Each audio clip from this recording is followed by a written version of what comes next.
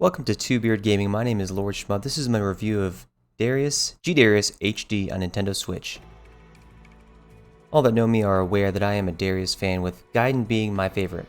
In walks G-Darius HD, looking like a great addition to my shmup library and somewhat similar to Gaiden, so I'm in.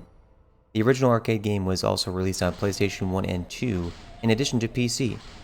Now the upgraded HD version is available for current generation consoles with the help of in-game games, which is fantastic. The original game is available to play as well as the remastered HD version done by M2.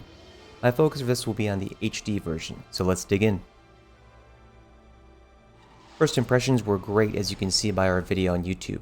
Controls feel good, sometimes subtle but eerie music is haunting. Boss entrances are fantastic. Nothing standoff in the first 10 minutes of play to warn others about, as it seems to be an approachable game. Once I dug deeper into the game, I was met with ferocity and awe. Difficulty rose quickly and skill expectations went through the roof. This is not a beginner shmup in any way. That can come with the territory of the arcade ports, but I felt like the spike in G-Darius HD was above my pay grade. The first stage sets the bar in difficulty pretty high, considering it's the easiest. Unless you're a Darius expert, get ready to credit feed to the end the way I did. Credit feeding until the end was out of curiosity while showcasing the game on stream, but my time with G-Darius HD did not end there. It mostly revealed the steep hike in difficulty and how much time and memorization would be required to complete with one credit. At the top of the first stage, the player is given a quick note that states the purple upgrade is a capture ball, which Gaiden fans will be familiar with. In that game, the mid-bosses could be under the player's control if their ball was captured, then used against enemies. G-Darius HD takes that idea and expands upon all enemies, and even has some achievements tracking the enemies captured. It's almost like a Pokemon experience, throwing the capture ball at enemies and being denied at times, only to shoot some more firepower and try again. The other important mechanic is not learned in-game, but the manual, which is frustrating. I had not read the manual, but was informed by a fellow shmupper about the A-beam or alpha beam. While holding down the rapid fire, press and hold the single fire button to build up the beam and let go, then rapidly press the shot button to inflict more damage to enemies using the alpha beam. It sounds like a lot, but once the player does this 2 or 3 times, it's much easier. To this end, I tell myself I need to read the game's manual more often so mechanics are not overlooked. Graphically, we are met with the classic Darius look, more so reminding me of Gaiden than anything else. The side-scrolling shmup showcases its infamous bosses consisting of machine-like sea creatures, such as fish, whales, and sharks. All boss battles have a dramatic cinematic entrance to start each brutal battle, and that is by far my favorite portion of the game. If I have fought the same boss 20 times, I'm likely watching the entrance a 22nd time. It only builds the anticipation of battle, but also the tension, making for a daunting duel. Boss battles will last much longer than needed without the A-beam, but I challenge the experts to avoid using it and see how they fare.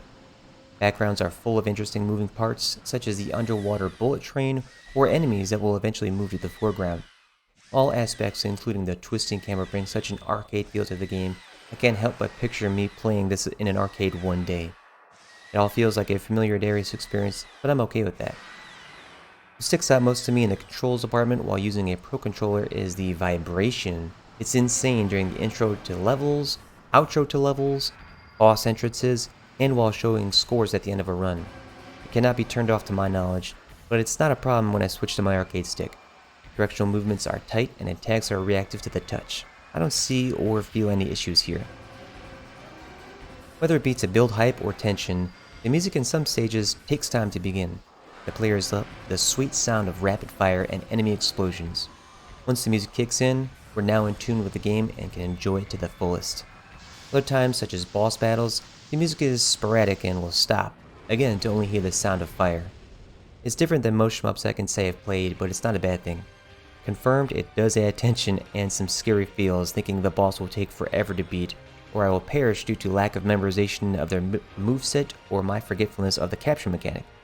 Don't go into a boss battle without having captured an enemy, or the alpha beam will not be able to be utilized. Final words, stage alpha boss track stuck with me as I was singing a tune while doing laundry. This game is a bit tough for me as I have yet to clear my 1cc or anywhere close to it, but it will remain in my rotating shmups while I stream. One of my favorite moments was finding out the alpha beam and using it to decimate the first boss. I can see the $29.99 buy-in price being too steep and the game too difficult for beginners, so I would only recommend to medium to experts in the genre.